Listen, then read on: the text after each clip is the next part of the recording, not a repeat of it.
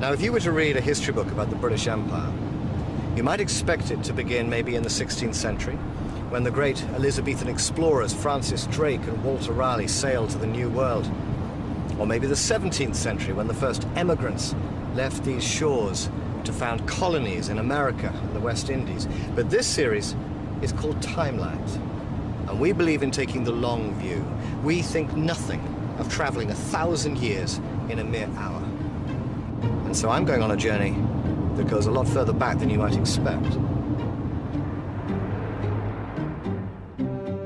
I'm traveling west from Liverpool, along the coast of North Wales, and I'm heading back to a very distant century, the late 13th century, to the year 1282 to be exact.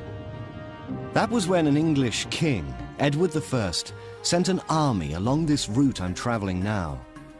He conquered Wales, he built castles as symbols of his power, and he shipped in English settlers to exploit this land. And the Welsh became second-class citizens in their own country.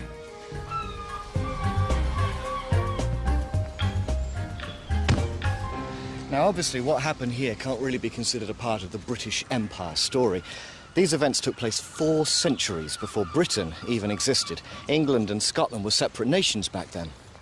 But what I think is fascinating is that centuries before the spread of British influence across the globe, we, the English, we're doing exactly the same within these islands. Our influence spread to Wales, to Ireland, to Scotland. And in this forging of the United Kingdom, we see patterns emerging that repeat themselves again and again in the empire story that follows.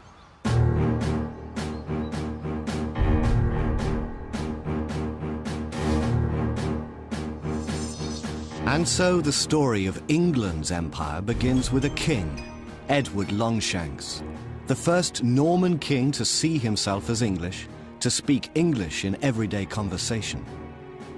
But with this growth in national identity emerged a more ugly characteristic, English arrogance, the belief that we were better than everyone else. Woe betide those cultures on England's margins that failed to recognize our obvious superiority. Woe betide those like Llywelyn ap Gruffudd, the last prince of an independent Wales.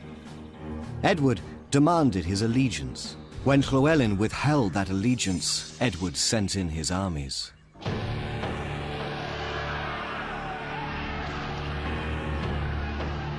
And what followed was a textbook lesson in English imperialism, the transformation of Wales into a docile colony under the thumb of the English conqueror.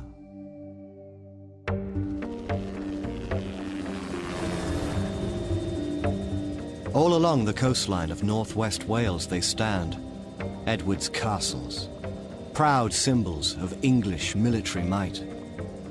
Harlech, Carnarvon, Beaumaris, Conwy.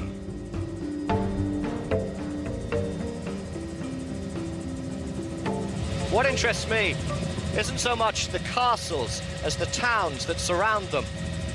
These towns weren't for the Welsh, they were for the English. They were called boroughs, they were protected by a boundary wall, and they were populated by English men and women who'd been brought into Wales in a deliberate policy of introducing Englishness into a foreign land. We introduced English dress, English law, the English language. The English who came here were given a license to squeeze the locals dry. The land was divided up, the rich lowland pasture for the English, the barren upper slopes for the Welsh. If any Welshman had goods to sell, they had to enter the borough, and the English charged a cut on everything bought and sold.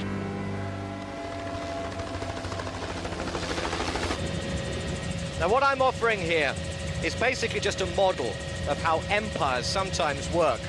And really you can sum it up in 4 words. Firstly, conquest.